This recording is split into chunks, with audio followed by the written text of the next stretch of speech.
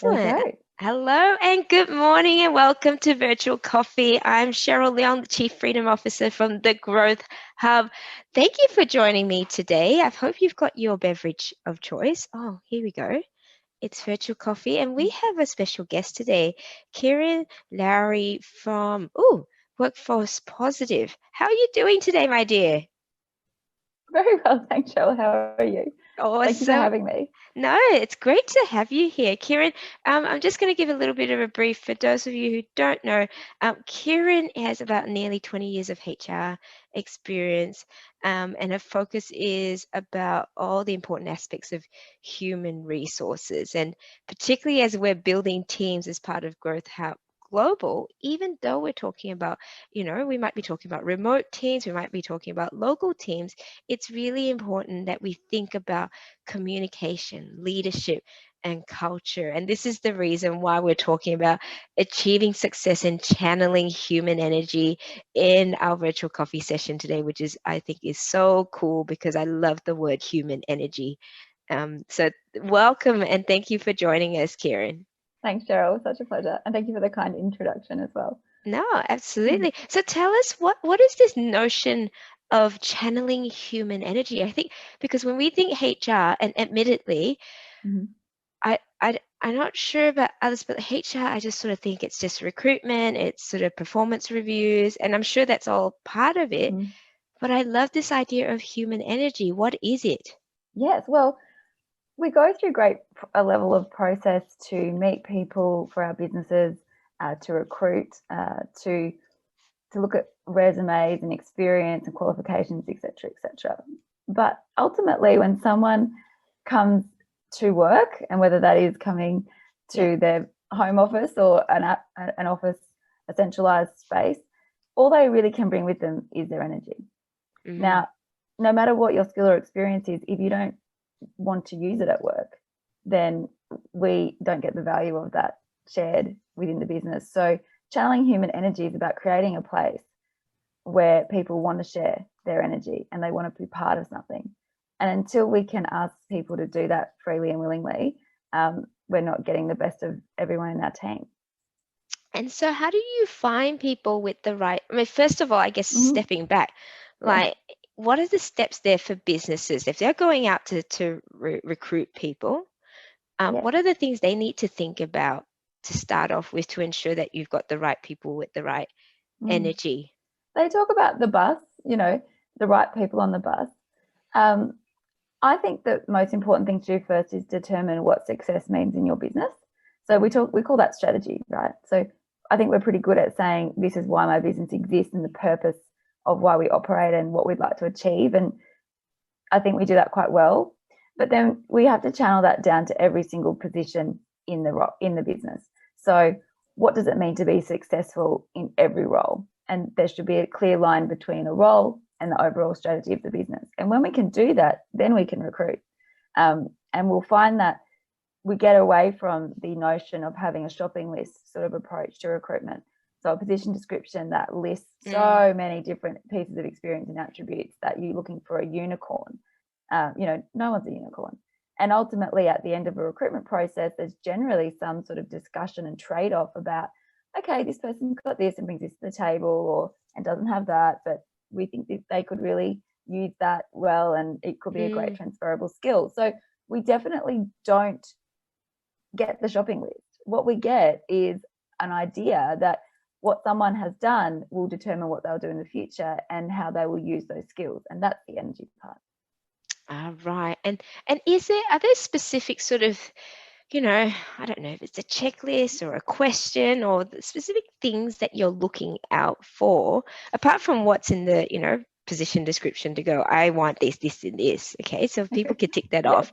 Like, Mm. is there, how do we work through what's a feeling type thing as Yes. opposed to something that's a little bit more objective? Yes. Okay. So definitely when you talk about energy, you can talk about what people achieve and how they talk about their previous positions. So, you know, how do they talk about their team and colleagues? How do they talk about the Mm, business? What level of attachment did they have to what they did? So someone who feels really connected and has a sense of pride and achievement will talk about it differently to someone who doesn't. So that's one indication.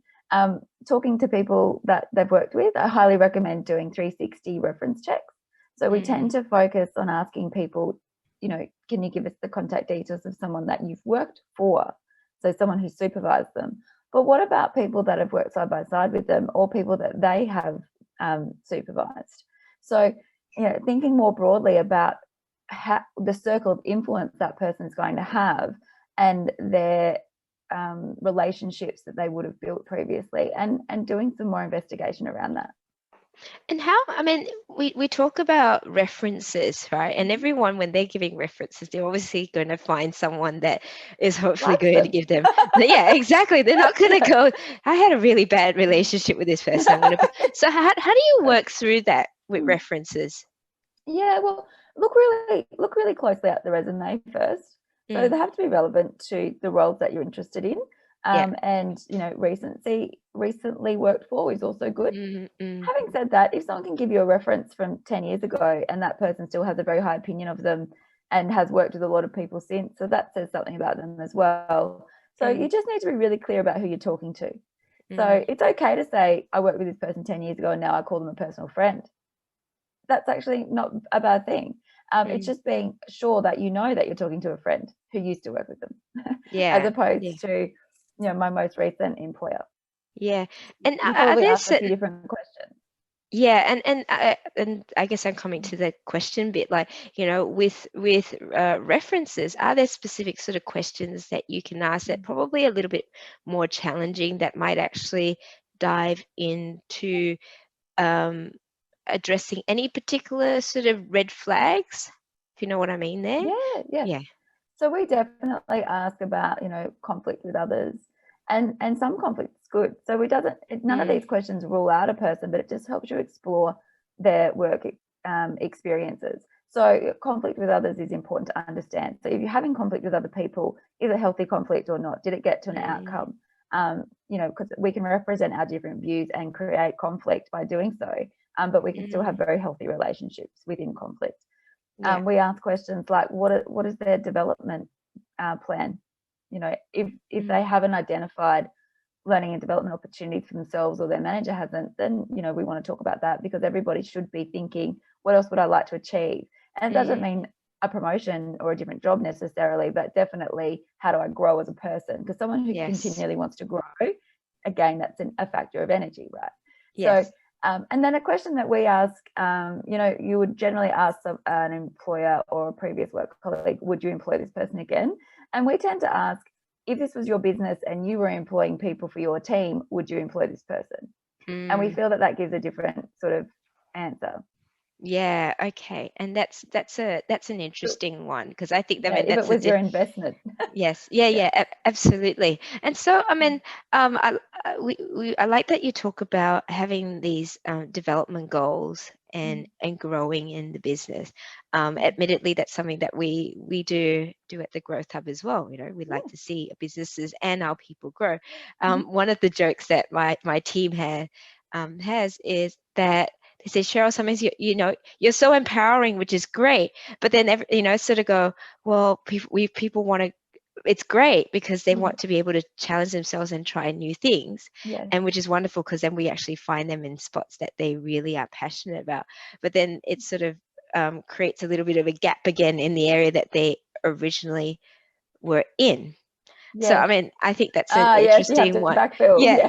you've got to backfill that. I mean, in your opinion, if you've seen that before, like, is that a, you know, how, not whether it's a good or a bad thing, but is it, how do you manage Yeah. that, when you sort of go, actually, you're really good, but you're fantastic in this spot, but Yeah. I've got a gap now. I've only got one of you. Yeah. Yes, absolutely.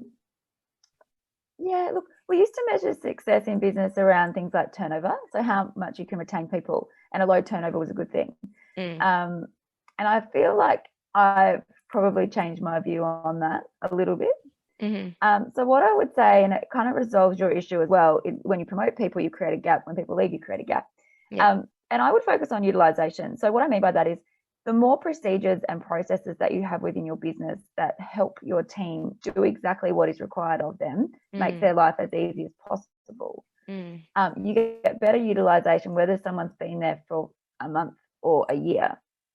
But also, it means when someone moves on from a role through promotion, like you're talking at in this instance, the ability to backfill them is easier. Mm. And the person that moves into that space can be more successful faster.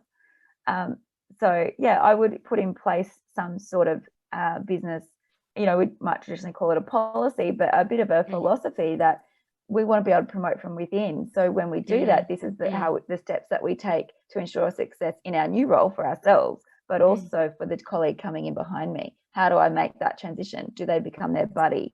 Yes. But, if every single team member every year had the goal of ensuring that all of their work procedures were schmick, that means everybody always knows what's going on. Yeah. Yeah. And And so that- I'd encourage that as well. And that for businesses in general should be one of their operational goals, isn't it? To ensure they've got systems and processes, particularly if you want to be able to scale. And so, I mean, let's talk about a little bit more around like culture and getting people, the right people that fit your company culture. And we have a lot of small business owners that might just be a solopreneur, so they're probably not really sure. Do they already have a culture if they're one person or two? Yeah, generally it's a culture that's dictated by their brand. It's the culture that they share with other people, rather than if it's not a business in the sense that there's multiple staff. It's the culture is how they operate, and that's the feelings and the intangibles that they create with their clients. But even in a small team, so my team is very small too. There's 3 of us who work virtually full time, and we are growing. But I would say, how do we create culture is by looking beyond the work skills and qualifications again. So thinking about what the values are of the business and how to communicate those. So what I've noticed, particularly working with small businesses, is that there's a capacity issue in the business. So there's more work to be done than there are people to do it. So we look to recruit. And when that person comes in, there's not necessarily a lot of infrastructure to support them. And there's not a lot of time taken to set expectations around in this business. When you come into this business, you have these skills and experience, but this is how we want you to use them.